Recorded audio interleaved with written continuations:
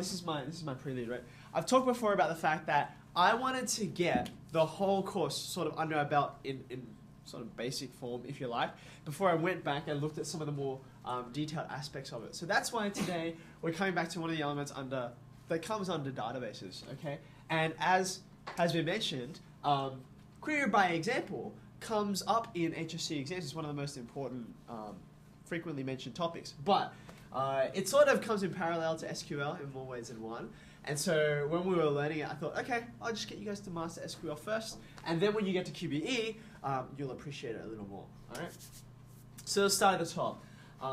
Describe the motivation behind QBE's development. Well, to explain that, let's go back to this.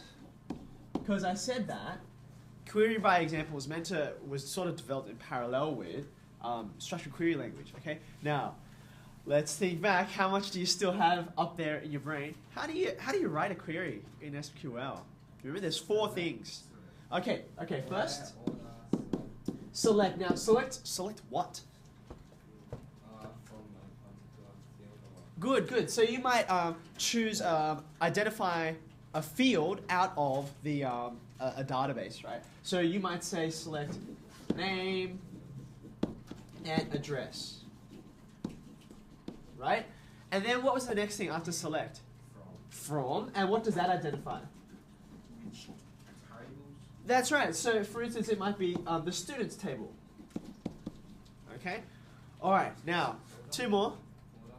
Usually that's last. What's the next one? Where, good. So where is where we introduce a condition, right? So for instance, you might say, I want all of the names, right? You might want them all to be similar, like say starting with A. Okay, so that would do it, right, using this wildcard. And then lastly comes order by. Okay, and so we might put it by, oh, I don't know, say name ascending. And that's a pretty typical query, yeah? Now, let's just look at that. You guys understand this because we've learnt this already, right?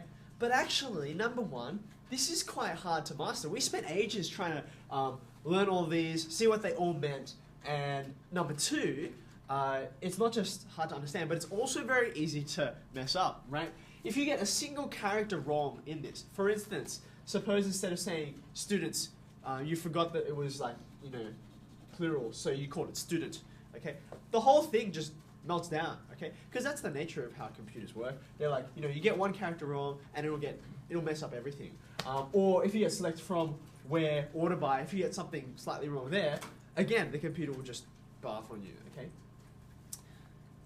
So, engineers, actually one particular engineer who worked at IBM, and his name is so awesome. It's kind of like, it looks like a name that you would make up, but it's a real guy. Moshe Zloof. It seriously sounds like a name that someone made up, but it's a real guy. Well, I assume he has, yeah, I don't know. Yeah, who knows? Anyway, this guy, he said, look, when you want to get data out of a database, you have to go through this awkward way of doing it, right? It's not just, it's awkward, it's hard to understand, it's easy to get it wrong, okay? So he said, look, why don't we design something that's a little more visual, right? So QBE is often called a visual method for retrieving data.